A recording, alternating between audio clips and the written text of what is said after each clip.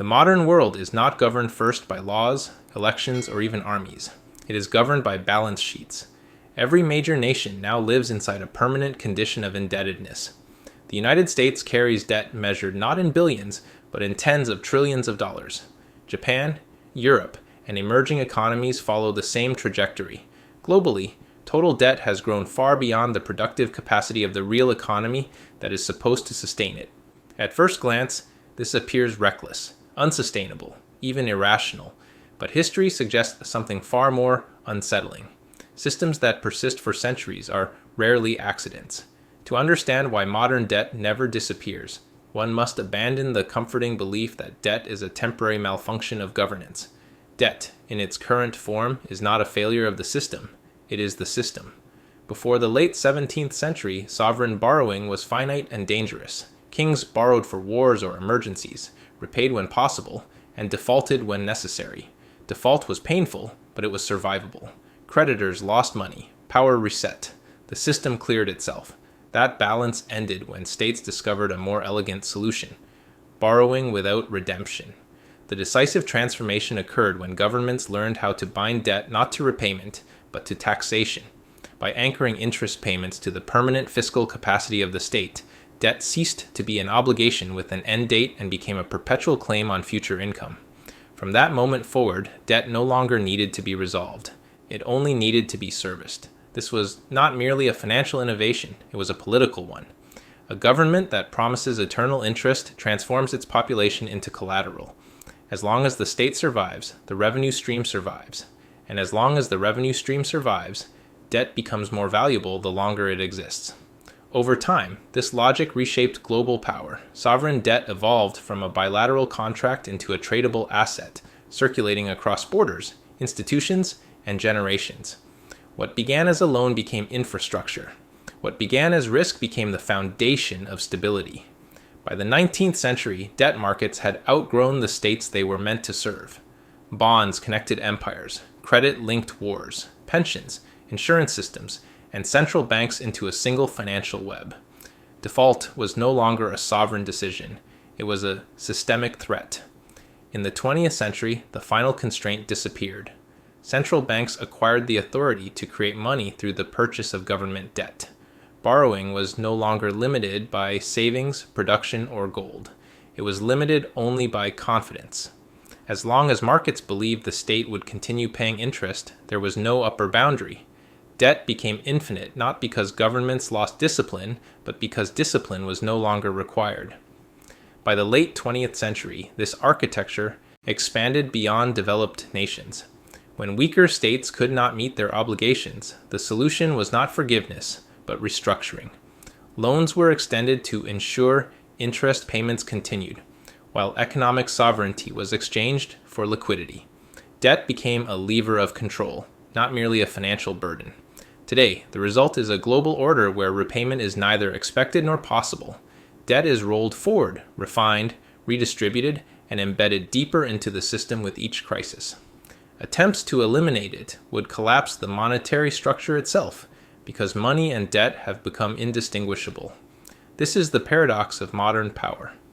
Debt is portrayed as a looming catastrophe, yet the system collapses without it. It is condemned in public discourse, yet defended in institutional practice. And while citizens are taught that debt is a moral failing to be corrected, the architects of the system understood something else entirely. Debt is not the disease. Debt is the operating environment. We have reached the moment in the story where the machinery no longer needs to hide. In the United States, the political class argues about deficits as if the nation were still living in an older world, one where debt was a temporary bridge, and repayment was the moral endpoint. But the modern system does not treat debt as a bridge. It treats it as terrain. By mid-2025, the statutory U.S. debt limit was lifted to $41.1 trillion, not because leaders suddenly became careless, but because the architecture demands continuous expansion. And as the stock of debt rises, the first bill that comes due is not principal, it is interest. In fiscal year 2025, U.S. net interest outlays reached $970.4 billion, rising again year over year, nearly $1 trillion devoted not to building, not to defending, not to educating, but to servicing the past. That figure is not a headline, it is a signal. It tells you what the state has become, a collector of revenue for obligations that cannot be retired without detonating the monetary structure that carries them. The public sees debt as a number. The system sees debt as an asset class, a scaffold, a reservoir of collateral, and above all, a claim on future political choices. Now, expand the lens. Global debt has not merely grown, it has crossed into a new strategic category, a level so large that it reshapes how governments can behave, how central banks can respond, and how societies can absorb shocks. As of the third quarter of 2025, global debt surged to nearly $346 trillion, roughly 310% of global GDP, according to the Institute of International Finance. In other words, the world is attempting to finance the future with obligations that already outweigh the world's capacity to produce. And here is the hard truth that polite conversation avoids. The danger is not simply that the debt exists. The danger is that the system cannot tolerate an exit. In theory, nations could impose discipline, pay down liabilities, balance budgets, tighten credit. In practice, large-scale repayment would contract money, compress liquidity, and force a cascade of defaults in the private sector, whose balance sheets are built on the assumption that safe collateral remains abundant. The modern economy is not merely in debt. It is structured around debt as the bloodstream of payment, pricing, and leverage. So the system chooses a different path. It refinances. It extends maturities. It rolls obligations forward. It relabels emergency tools as permanent instruments. It converts political crises into bond issuance. It converts bond issuance into central bank balance sheets. And when that is not enough, it converts sovereign distress into reforms, trading autonomy for continued access to liquidity. That is why this era feels paradoxical to ordinary citizens. They are told that debt is irresponsible, yet every institution behaves as if debt is indispensable. They are warned of catastrophe, yet every crisis is met with mechanisms that deepen the dependency. They are promised that sacrifice will restore stability, yet stability requires the very dynamics that produced the imbalance. The system is not collapsing because leaders are foolish.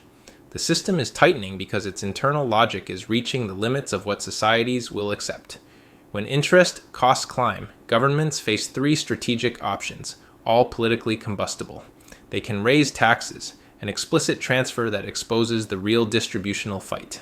They can cut spending, an austerity cycle that often breaks social cohesion faster than it reduces liabilities. Or they can rely on monetary accommodation, keeping borrowing feasible, but risking currency credibility, political legitimacy, and long-term purchasing power. There is no painless door. That is the design of late-stage debt regimes. The choices are not good versus bad. The choices are visible pain now versus diffuse pain later. And diffuse pain is always the favorite, because it postpones accountability. But postponement is not neutral, it concentrates power. When the cost of the system rises, those who can price risk, move capital, and influence policy survive and often profit. Those who live on wages, fixed incomes, and local opportunity absorb the turbulence. The battlefield is not simply financial, it is social. Trust is the real collateral, and trust, unlike money, cannot be printed. This is where the warning becomes strategic. A debt-based order does not usually die from arithmetic, it dies from legitimacy. When citizens conclude that the rules protect assets more than people, they do not merely vote differently. They begin to withdraw consent. They stop believing in institutions. They stop believing in expertise. They stop believing in one another. And when that happens, a society becomes easy to fracture and difficult to govern, precisely when the system requires cohesion to carry its obligations forward.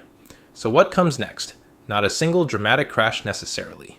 The more common outcome is a long corridor of controlled instability, repeated refinancing cycles, periodic shocks, emergency measures that become normal, and politics that grows more extreme because moderate language cannot explain extreme constraints. In such a world, the most dangerous phrase is, "This is temporary." It rarely is. If you want a strategic conclusion, it is this. The central question of the next decade is not whether debt will be reduced. It won't, not in any clean and heroic way, not at the scale the public imagines. The central question is Who will bear the cost of maintaining the illusion of normality? Because the bill is real, even if the principal is never repaid. The bill appears as higher living costs, weakened public services, fragile employment, asset inflation that rewards owners over workers, and political polarization that turns neighbors into enemies. And the deeper question underneath the debt is not financial at all. It is a question of sovereignty. A nation that cannot choose its fiscal path without fearing market revolt is not fully sovereign. A democracy that cannot fund its promises without expanding a permanent interest obligation is not fully free. And a society that believes it can borrow forever without paying in some form is mistaking accounting for reality. Debt is not only a number, debt is a governance structure.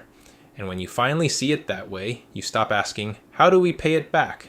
You start asking the only question that matters.